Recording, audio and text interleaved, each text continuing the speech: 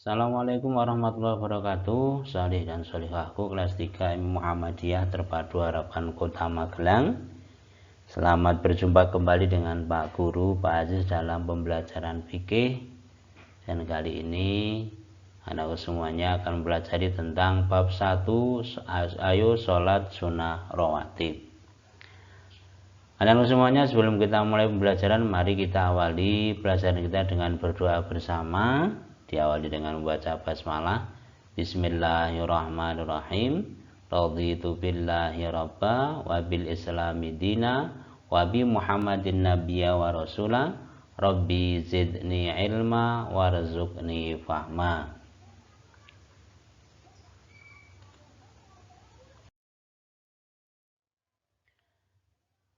Mukadimahnya ya anak-anakku semuanya, sholat sunnah rawatib itu adalah sholat sunnah yang mengiringi sholat fardu. Jadi sholat sunnah rawatib adalah sholat sunnah yang mengiringi sholat fardu, yaitu sholat yang dikerjakan sebelum dan sesudah sholat fardu. Sholat sunnah rawatib yang dilakukan sebelum sholat fardu dinamakan sholat sunnah qobliyah. Jadi sebelum sholat fardu disebut sholat sunnah qobliyah. Sedangkan dilakukan sudah sholat fardu disebut sholat sunat ba'diyah. Hukum mengerjakannya apa? Hukum mengerjakannya adalah sunnah ya anak-anak semuanya. Jadi sholat sunat rawatib adalah sunnah, yaitu bila dikerjakan mendapatkan pahala. Sedangkan apabila ditinggalkan atau tidak mengerjakan tidak mendapatkan dosa. Akan tetapi rugi jika tidak melakukan karena tidak mendapatkan pahala.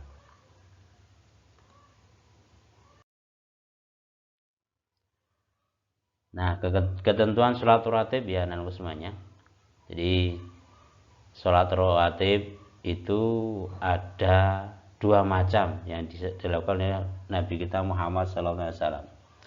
Yang pertama, sholat sunnah rawatib yang sering dilakukan oleh Nabi SAW disebut sholat sunnah mu'akkad atau sangat dianjurkan untuk mengerjakannya. Jadi kebiasaan Rasulullah yang sering melakukan sholat sunnah rawatib itu disebut sholat sunnah mu'akkad atau sangat dianjurkan untuk mengerjakannya. Sedangkan yang jarang dilakukan oleh Nabi Muhammad SAW disebut sholat sunnah ghairu mu'akkad atau tidak ditentukan, tidak ditekankan atau tidak dianjurkan untuk mengerjakannya. Jadi boleh dikerjakan, boleh tidak. Tapi kalau sholat sunat mu'akkad itu sangat dianjurkan untuk mengerjakannya. Nah, sholat sunnah rawatib mu'akkad itu seperti apa anak-anakku semuanya? Sholat yang mana yang disebut mu'akkad? Sholat mana yang disebut ghairu mu'akkad? Akan kita bahas bersama-sama.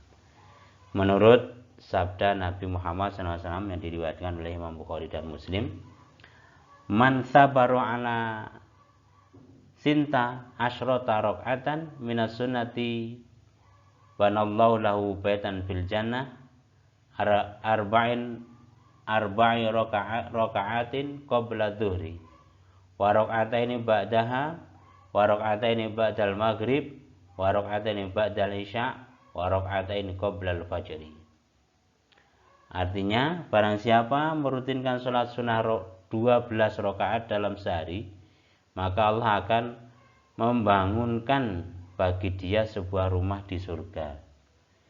12 rakaat tersebut adalah 4 rakaat sebelum zuhur, 2 rakaat sesudah zuhur, 2 rakaat sesudah maghrib, 2 rakaat sesudah isya, dan 2 rakaat sebelum subuh.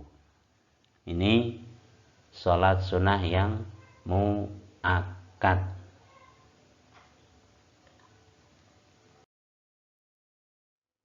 Nah ini anak-anak semuanya.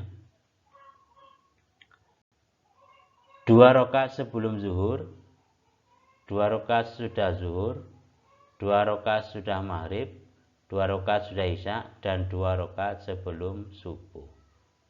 Jadi 2 rakaatnya itu sebelum zuhur dan sesudah zuhur, jadi 4 rakaat ya.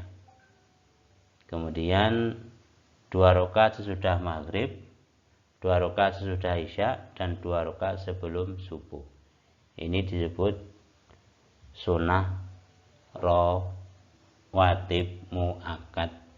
Bilangannya ada 10 ya, nah semuanya di sini ada 10.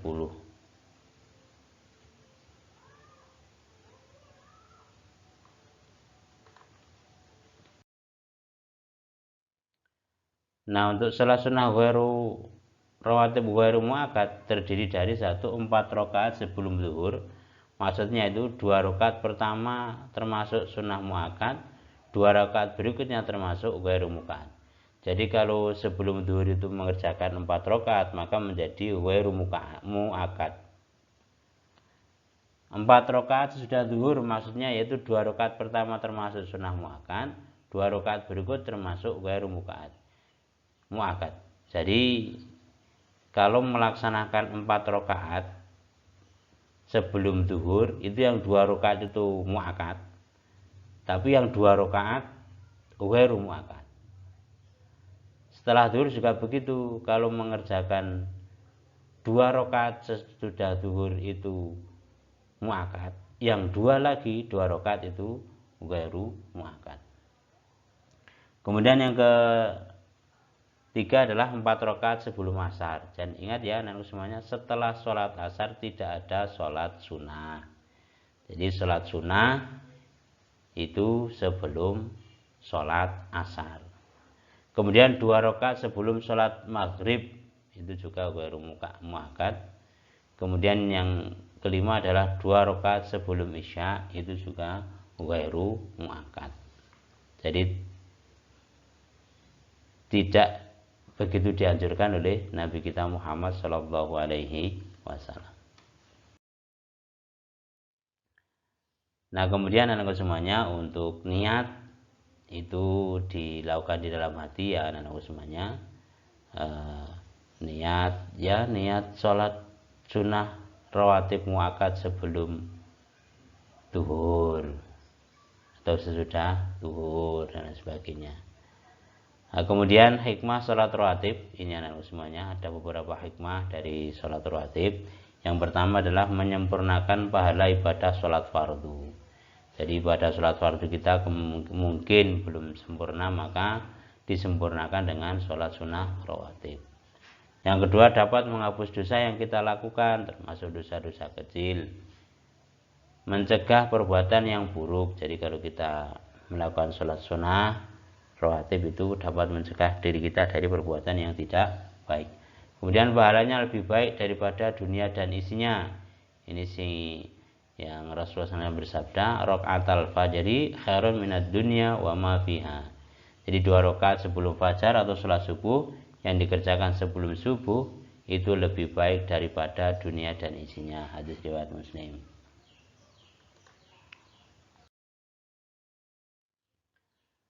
Yang kelima akan mendapat rahmat dari Allah Subhanahu wa taala. Rasulullah SAW bersabda, rahimallahu mura'an shalla qabla al-'asri arba'an.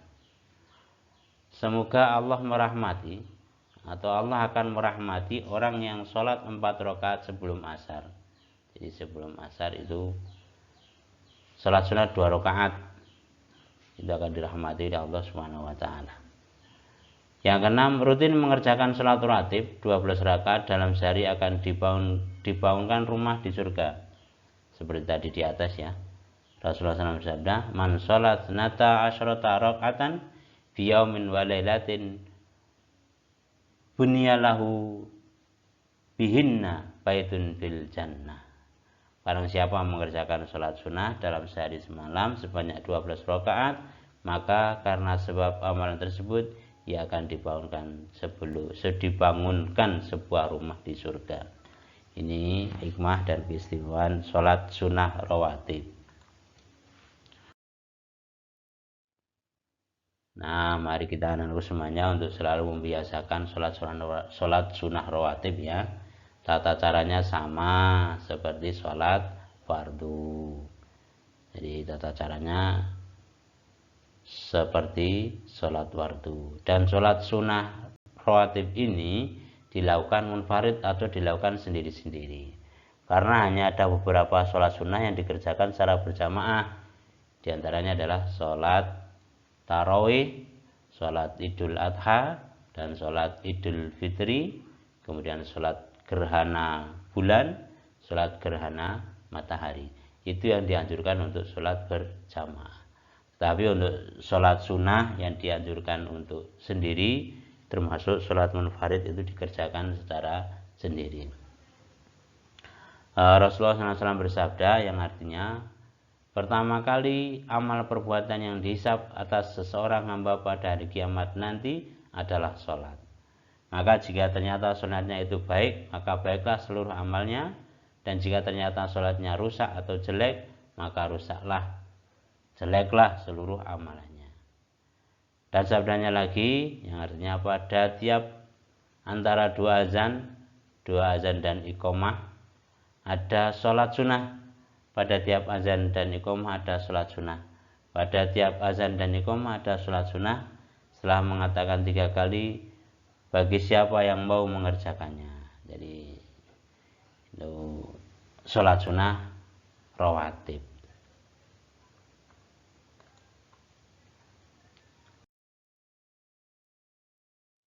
Nah, ini tugas anak-anakku semuanya untuk hari ini. Jadi nanti setelah kalian perhatikan video ini, rangkuman ini yang kalian catat. Jadi rangkuman ini kalian catat, kemudian dikirim ke classroom atau di WA Pri Pak Guru. Jadi sholat sunnah rawatib ini rangkuman yang nanti kalian catat. Anak-anakku semuanya, ini pembelajaran kita pada kesempatan kali ini. Dan jangan lupa anak-anakku semuanya ya, untuk like, subscribe, and comment pada video ini. Dan juga jangan lupa ya anak-anakku semuanya yang belum like, comment, and subscribe atau membagikan video ini, silahkan nanti untuk bisa like and subscribe di channelnya Pak Guru. Demikian anak-anakku semuanya, pembelajaran fikih pada kesempatan kali ini tentang sholat sunnah rawatib. Semoga saja kita bisa membiasakan sholat sunnah rawatib itu dan kita mendapatkan hikmah dan keutamaannya.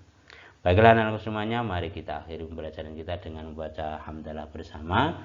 Alhamdulillahirabbil alamin. Terima kasih anak-anakku semuanya. Jangan lupa untuk tugas-tugas yang belum menyetorkan untuk bisa disetorkan ke Pak Guru. Terima kasih. Assalamualaikum warahmatullahi wabarakatuh.